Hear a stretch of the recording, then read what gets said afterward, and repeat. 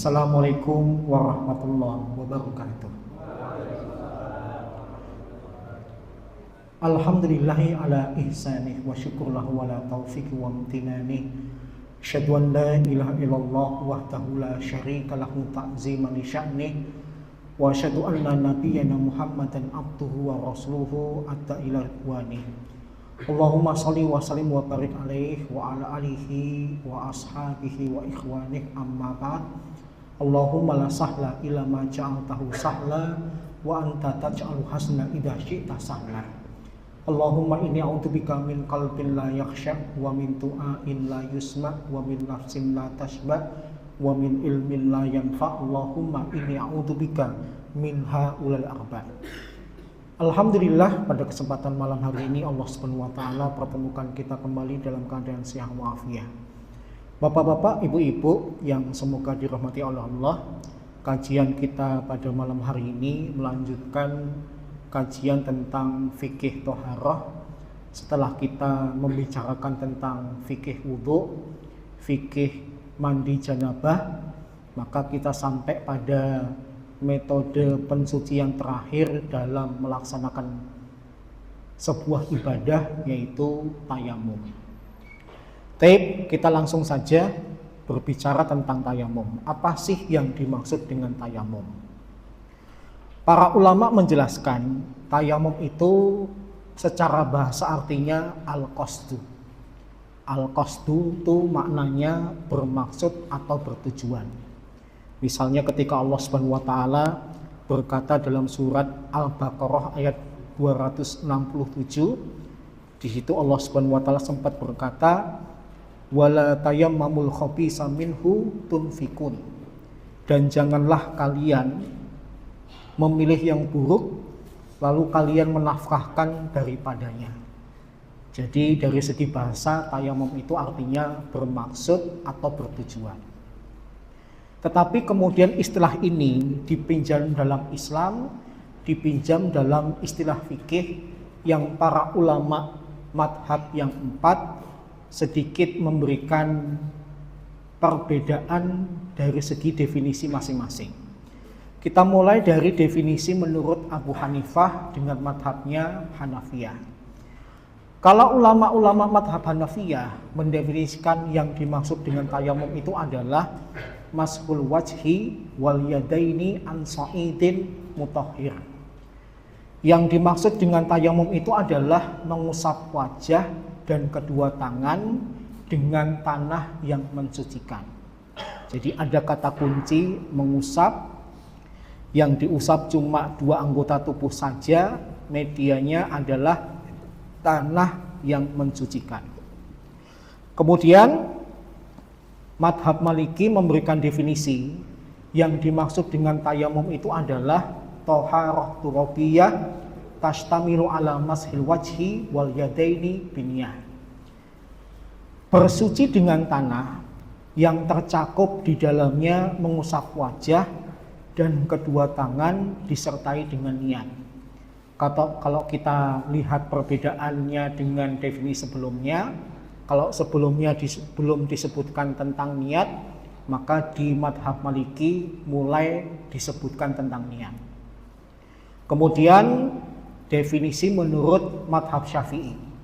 Kalau madhab Syafi'i mendefinisikan yang dimaksud dengan tayamum itu adalah isalu turab ilal wajhi wal yadaini badalan anil wudu awil gusli aw badalan an udwin min a'dha'ihima bisyara'id makhsusah.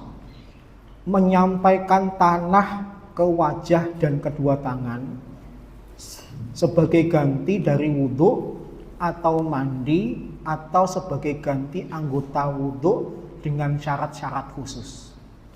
Kalau definisi sebelumnya identik mengusap, tapi kalau dalam madhab Syafi'i yang unik apa? Yang penting sampainya debu atau tanah ke wajah dan kedua tangan. Sehingga kalau definisi ini tidak dikawal, bisa saja ada orang tayamum itu metodenya mukanya ditempelin tanah. Sampai enggak tanahnya ke muka? nyampe gitu ya. Atau tangannya ditempelin ke tanah, sampai enggak? Sampai gitu ya. Nah, ini keunikan definisi dari mazhab Syafi'i. Kemudian definisi terakhir yang disampaikan oleh Imam Ahmad dengan mazhab Hambalinya, beliau menyampaikan mashul wajhi wal yadaini biturabin tahurin ala wajhin maksus. Yang dimaksud dengan tayamum itu mengusap wajah dan kedua tangan dengan tanah yang suci dengan ketentuan yang khusus. Jadi kalau kita perhatikan definisi tayamum dari 4 mazhab ini, kita tidak menemukan perbedaan yang kontras, perbedaan yang menyebabkan ada pengertian lain dari makna tayamum. Baik, itu pengertian tayamum secara bahasa dan secara istilah.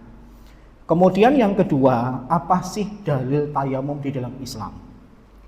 Para ulama sepakat setidaknya di dalam Al-Quran ada 2 ayat yang terdapat di dalam Al-Quran yang berbicara tentang tayamum. Bahkan lafal tentang tayamum di 2 ayat itu hampir mirip, yang membedakan nanti 1 kata saja. Yang pertama kita bisa menemukan dalam Quran surat An-Nisa ayat 43, ketika Allah Subhanahu wa taala berkata, "Falam tajidu ma'an fatayammamu sha'idan thayyiba famsahu biwujuhikum wa aydikum." Apabila kalian tidak menemukan air, maka bertayamumlah dengan tanah yang baik dan usaplah wajah kalian dan tangan kalian. Ini ayat pertama surat An-Nisa ayat 43. Kemudian ayat kedua bisa kita temukan di ayat yang secara umum bicara tentang toharah. Ayat ini bicara tentang wudhu, bicara tentang mandi, pun juga berbicara tentang tayamum, yaitu Quran surat Al-Maidah ayat yang ke-6. Dengan redaksi yang hampir sama, Allah berkata, "Falam tajidu ma'an fatayammamu sha'idan thayyiba famsahu biwujuhikum wa aydikum." Yang membedakan 1 kata saja, minhu. Kalau di An-Nisa 43 tidak ada kata minhunya, tapi kalau dalam Al-Maidah ayat yang ke-6 ada kata minhunya, tetapi secara umum redaksinya sama tentang tayamum. Baik, itu 2 ayat yang berbicara tentang tayamum. Kemudian di dalam hadis, banyak hadis yang berbicara tentang tayamum. Kita cuplik salah satunya yang terdapat dalam Musnad Imam Ahmad. Hadis yang pertama dari Abu Hurairah yang terangkat sampai Nabi SAW, bahwasanya Nabi SAW pernah bersabda, "Ju'ilat liyal ardu masjidan wa tahura." Allah Subhanahu wa taala menjadikan bumi ini, yang dimaksud bumi itu apa? Beserta tanahnya sebagai masjid dan sebagai media untuk bersuci. Yang membedakan syariat Nabi Muhammad dengan syariat sebelumnya itu apa? Kalau syariat di Nabi Muhammad itu banyak ditemukan kemudahan-kemudahan. Allah Subhanahu wa taala pertegas lagi melalui lisan nabinya bahwasanya Nabi SAW diberikan 5 keutamaan yang belum pernah Allah berikan kepada siapapun dari kalangan nabi dan rasul. Salah satunya adalah Allah menjadikan bumi ini bagi Nabi Muhammad dan umatnya sebagai media untuk bersuci dan masjid. Maksudnya tanah dimanapun selama tidak ada unsur najis bisa digunakan untuk bersuci, dan tempat manapun selama tidak terlarang dan tidak ada kotoran yang menghalangi untuk sholat bisa dipakai untuk sholat. Saya pernah ke Bali. Ketika berangkat dijemput seorang sopir, ketika pulang pun diantar oleh seorang sopir. Nah, ketika sampai di Jawa Timur, saya minta berhenti sebentar karena saya ingin sholat asar. Ya karena lewat hutan, nggak ada masjid, kemudian saya minta berhenti sebentar. Saya bawa air yang cukup banyak, saya kemudian berwudu, saya izin untuk sholat. Karena sopir yang mengantar saya itu orang Bali, orang Hindu. Nah, ketika kemudian saya sudah sholat, terjadi perbincangan antara saya dengan si sopir. Dia kemudian mengatakan, orang Islam boleh ya sholat di mana saja. Saya katakan iya, orang Islam itu bisa sholat di mana saja, tidak harus di masjid. Bahkan di pinggir jalan tadi, selama jalan tadi tidak ada najisnya, selama bukan tempat terlarang untuk sholat, saya boleh sholat. Kemudian beliau membandingkan dengan agamanya. Kalau saya sebagai orang Hindu nggak bisa, Mas. Saya sebagai orang Hindu nggak bisa beribadah kecuali di pura, gitu ya, di pura. Kemudian saya menemukan hal yang sama di orang-orang Yahudi. Orang Yahudi itu juga nggak bisa beribadah kecuali di sinagognya. Sehingga kalau suatu tempat itu nggak ada sinagognya, mohon maaf, orang Yahudi tidak bisa beribadah. Nah, beda dengan kita sebagai umat Nabi Muhammad, dimanapun selama tidak ada najisnya, bukan tempat yang dilarang untuk sholat, kita bisa sholat, gitu ya. Sehingga karena tidak menemukan masjid, bukan halangan bagi bapak dan ibu untuk tidak melaksanakan sholat. Baik. Kemudian selanjutnya terjadi pembahasan tentang masalah fikih berkaitan dengan kedudukannya. Para ulama membahas tentang kedudukan tayamum itu, apakah sifatnya sementara atau sifatnya mutlak. Bagi yang menganggap bahwasanya tayamum itu adalah pengganti yang sementara, itu pendapat jumhur ulama. Tapi ada juga satu madhab, yaitu madhab Abu Hanifah, yang mengatakan keberadaan atau wujud dari tayamum itu sebenarnya adalah pengganti mutlak ketika seseorang tidak bisa melaksanakan wudhu atau mandi janabah. Ilustrasinya gini, imam utama di masjid ini Mas siapa? Mas Duta, gitu ya. Terus wakilnya siapa? Mas siapa? Yang tadi ngimamin siapa? Mas Aziz, gitu ya. Imam utama di masjid ini adalah Mas Duta.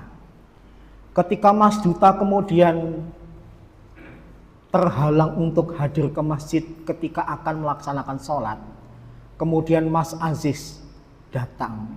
Nah, kedudukan Mas Aziz itu adalah pengganti sementara atau pengganti mutlak dari Mas Duta. Paham ya? Para ulama ketika berbicara tentang tayamum ini sebenarnya pengganti sementara dari wudhu dan mandi atau pengganti mutlak dari wudhu dan mandi. Karena ketika mengatakan sementara atau mutlak ada konsekuensinya. Ketika mengatakan sementara, maka kalau bapak dan ibu sudah terlanjur tayamum, tiba-tiba kemudian air ada, maka tayamumnya tidak sah. Bapak ibu harus segera mengganti dengan wudhu. Paham ya? Karena sifatnya sementara. Konsekuensi yang kedua, karena sifatnya sementara, maka bapak dan ibu setiap kali sholat, meskipun tidak batal, harus bertayamum lagi. Berbeda dengan wudhu, kalau di waktu maghrib kita sudah berwudhu, sampai menjelang isya kita tidak batal, maka tidak berwudhu lagi untuk melaksanakan sholat isya tetap sah. Tapi untuk tayamum tidak, karena sifatnya dianggap jumhur ulama sementara. Mau tidak mau sholat duhur tayamum, sholat asar tayamum, maghrib tayamum, isya tayamum. Kemudian yang ketiga, para ulama mengatakan kalau belum masuk waktu, nggak boleh melaksanakan tayamum dulu. Berbeda dengan wudhu, kita belum dengar adzan dari masjid ini, 5 menit sebelum adzan kok bapak dan ibu sudah wudhu seperti saya tadi, boleh nggak? Kalau wudhu boleh, tapi kalau tayamum nggak boleh, harus nunggu masuk waktu dulu. Bahkan bukan cuma nunggu masuk waktu dulu, para ulama mengatakan kalau wudhu utamanya dilakukan di awal waktu sholat, tapi kalau tayamum bagusnya menjelang akhir sholat. Kenapa? Karena durasi sampai menjelang akhir sholat itu kita diperintah untuk mencari air dulu. Jadi seandainya waktu asar itu, waktu zuhur itu jam 12, maka dari jam 12 sampai setengah 3 itu bapak ibu nyari air dulu. Kalau kemudian nggak ketemu, udah nyari selama 2,5 jam, baru diperbolehkan untuk tayamum. Ya, ini konsekuensi kalau mengatakan tayamum itu adalah pengganti sementara karena tidak bisa melaksanakan wudhu atau mandi. Dan ini pendapat jumhur ulama. Hanya madhab Hanafiyah yang mengatakan wudhu itu pengganti mutlak atas wudhu dan mandi. Sehingga kalau dikatakan sebagai pengganti mutlak, konsekuensinya berbanding terbalik 180 derajat dengan apa yang dikatakan oleh jumhur ulama. Kalau jumhur ulama mengatakan sudah tayamum kemudian ada air, maka tayamumnya batal, dia harus memperbarui dengan wudhu. Kalau menurut Abu Hanifah enggak, sudah terlanjur tayamum meskipun kemudian ada air, tayamumnya tetap sah, dia sholat dengan tayamumnya. Yang kedua, beliau beranggapan kalau ini adalah pengganti yang sifatnya mutlak. Kalau wudhu dia belum batal saja dia boleh melaksanakan sholat berikutnya, maka demikian juga orang yang bertayamum. Selama belum batal, nggak usah tayamum lagi. Kemudian yang ketiga, para ulama mengatakan belum masuk waktu sholat nggak boleh tayamum dulu, tapi Abu Hanifah berpendapat lain. Yang penting ini adalah sarana untuk sholat, berarti dilaksanakan sebelum waktu adzan pun sudah diperbolehkan. Dan yang terakhir, dia menyamakan seperti wudhu, bagusnya, afdolnya dilaksanakan di awal sholat. Maka demikian juga ketika orang melaksanakan tayamum, itu pun bagusnya dilaksanakan di awal sholat. Tetapi saya menyarankan lebih baik ikuti pendapat jumhur ulama saja. Kenapa? Karena kalau kita melihat dari segi cara menemukan dan cara mempraktekkan, tayamum itu lebih ringan daripada wudhu. Sehingga kalau kita diperintahkan untuk senantiasa mengulang tayamum ketika kita akan sholat, itu lebih mudah daripada berwudhu ketika setiap kali akan sholat. Saya memandang pendapat jumhur ulama lebih kuat dibandingkan madhab Abu Hanifah. Kemudian pembahasan berikutnya, syarat sah untuk melaksanakan tayamum, atau dengan istilah lain, apa sih kondisi-kondisi yang menyebabkan kita itu diperbolehkan untuk tayamum. Para ulama singkat saja, seseorang itu boleh melaksanakan tayamum karena dua kondisi. Kondisi yang pertama apa? Gak ada air. Gak ada air itu contohnya apa? Contohnya adalah karena kondisinya sedang kering, ada air tapi tidak terjangkau, ada air tapi tidak cukup. Contoh yang pertama misalnya adalah mungkin karena musim kemarau atau berada di wilayah yang kalaupun ada air, jumlahnya tidak banyak. Maka kalau kita mengalami kondisi kering, air itu sulit didapatkan, maka kita sah untuk melaksanakan tayamum.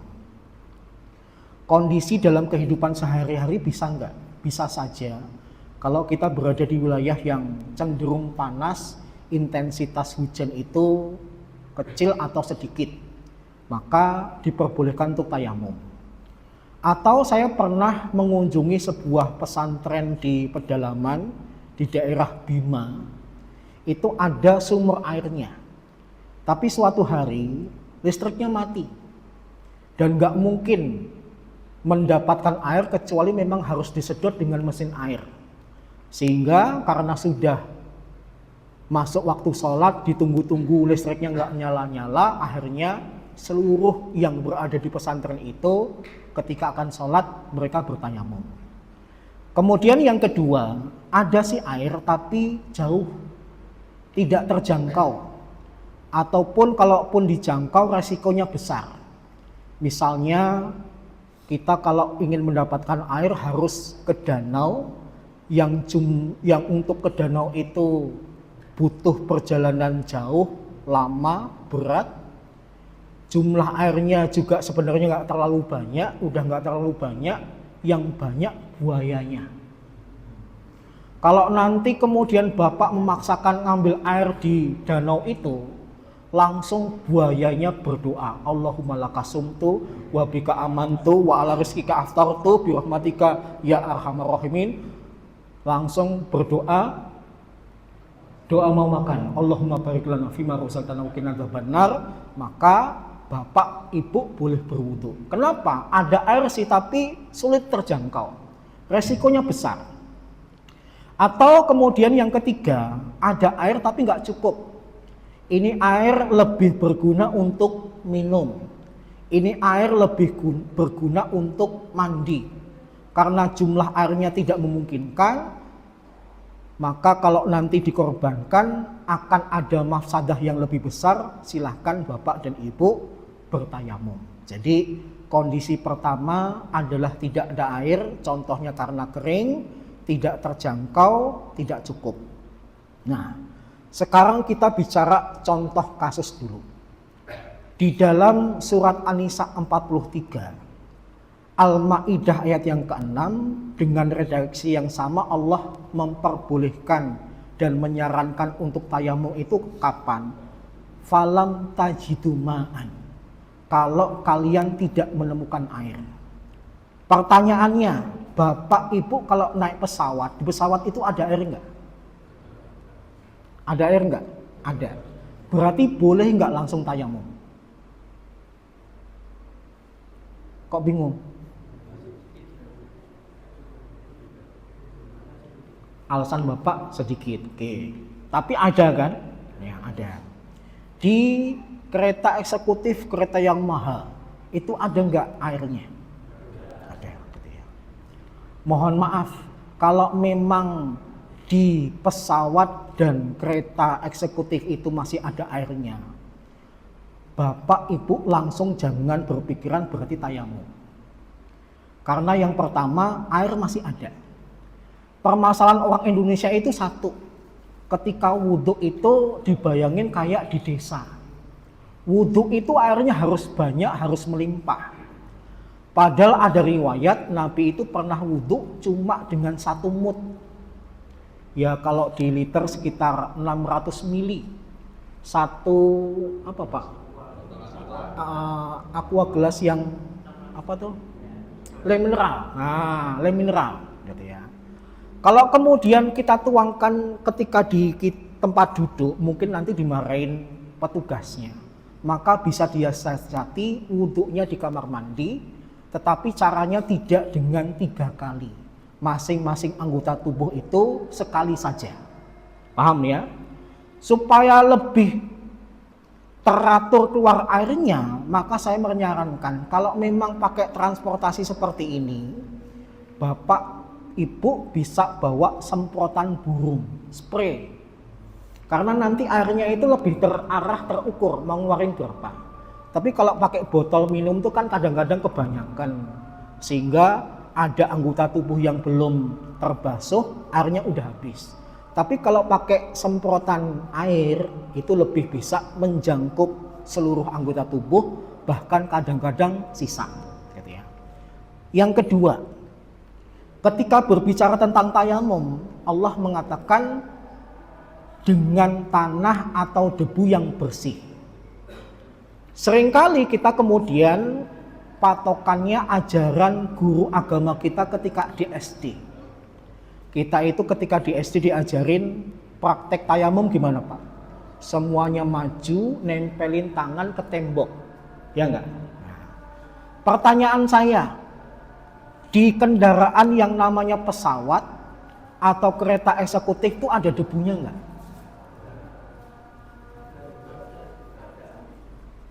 Debu kan dulu pernah kita bahas. Ada debu yang hukmi, ada debu yang aini. Debu yang dihukumi sama debu beneran yang kelihatan. Nah, Islam ketika bicara tentang tayamum itu yang kedua. Debu itu nggak boleh dihukumi, tapi debu yang terlihat.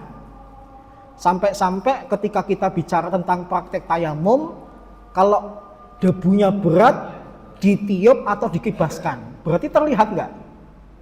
Terlihat. Sehingga dalam mazhab Syafi'i dikatakan bertayamum kepada tembok yang halus itu tidak diperbolehkan. Karena debunya sifatnya hukmi, dihukumi ada debu.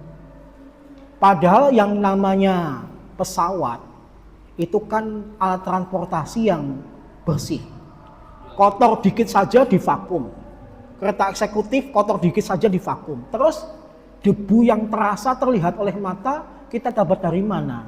Ya mau tidak mau kita harus mencari debunya yang terasa. Dengan cara apa? Saya itu kalau misalnya pergi jauh menyengaja pakai sepatu kulit. Supaya apa? Sepatu kulit itu kalau kena debu terlihat terasa. Saya itu pantang kalau pergi jauh pakai sepatu cat yang terbuat dari kain dan sebagainya dari plastik, karena debunya tidak terlihat, tidak terasa. Harus yang terasa. Paham ya? Kalau dihukumi debu, mohon maaf, roknya pramugari itu ada debunya enggak? Pak? Pada roknya pramugari itu ada debunya enggak? Kalau ada, kenapa Bapak tidak bertayamum kepada bokongnya? Paham ya? Paham? Saya ingin menekankan bahwasanya debunya jangan cuma sifatnya hukum, tapi yang bisa dilihat. Kalau bicara hukum, mohon maaf, di belakang Bapak ini keramik putih. Itu ada debunya enggak? Tapi apakah debu yang seperti itu yang diperintahkan untuk bertayamum? Bukan.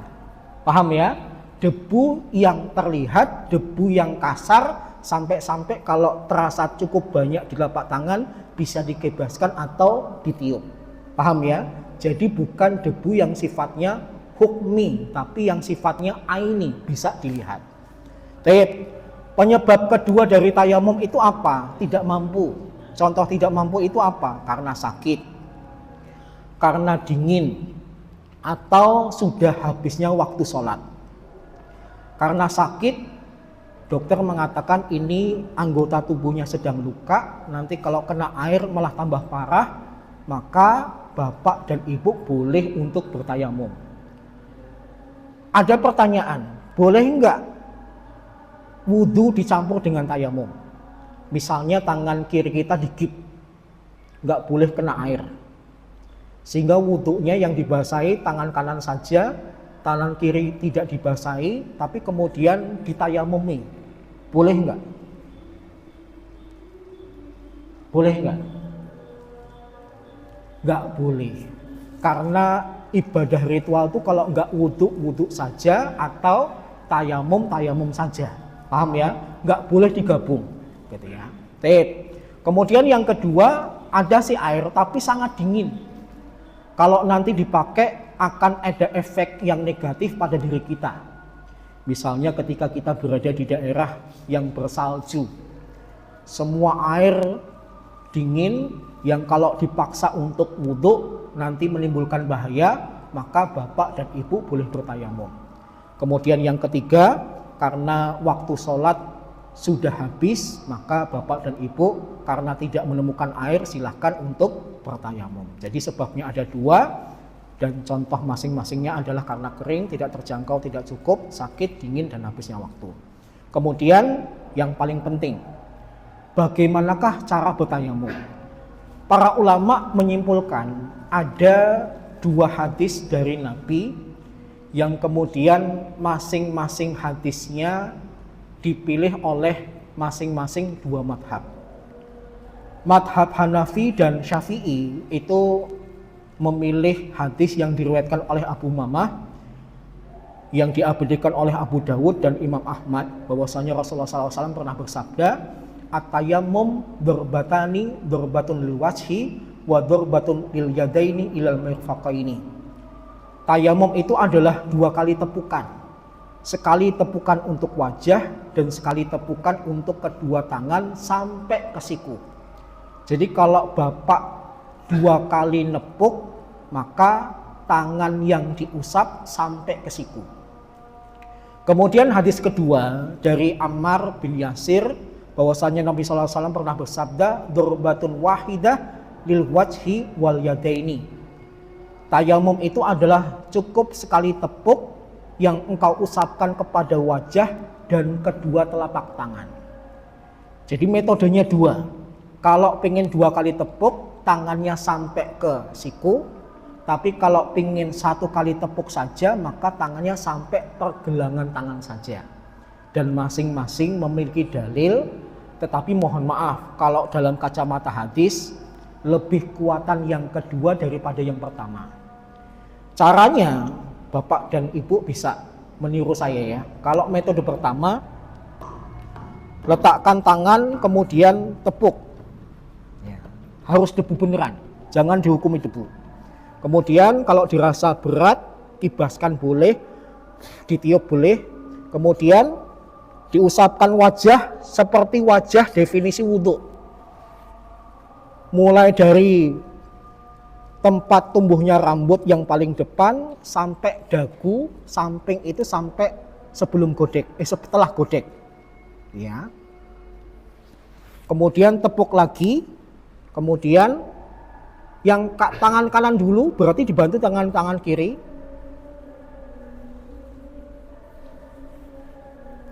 Ini metode yang pertama. Metode yang kedua lebih simpel. 1 kali tepuk, kemudian wajah, langsung tangan kanan, tangan kiri, selesai. Ya. Sehingga bisa kita simpulkan, mau 2 kali tepuk sah, sekali tepuk sah. Tetapi hati-hati, yang 2 kali tepuk harus sampai ke siku. Tapi kalau yang 1 kali tepuk tidak perlu sampai ke siku, tapi sampai pergelangan tangan saja. Yang terakhir, apa sih pembatal tayamum? Yang pertama, para ulama mengatakan seluruh pembatal wudhu juga pembatal tayamum. Terkena najis, keluarnya sesuatu dari 2 lubang, tidur, hilang akal, menyentuh kemaluan secara langsung, bersentuhan dengan non mahram bagi madhab Syafi'i.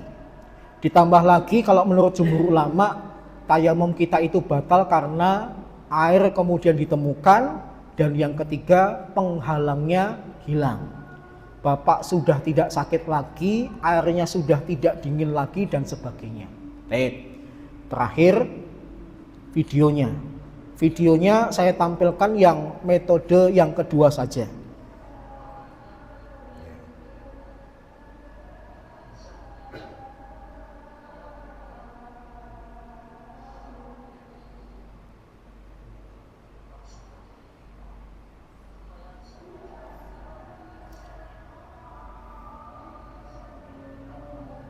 Yang diusap bagian atasnya saja.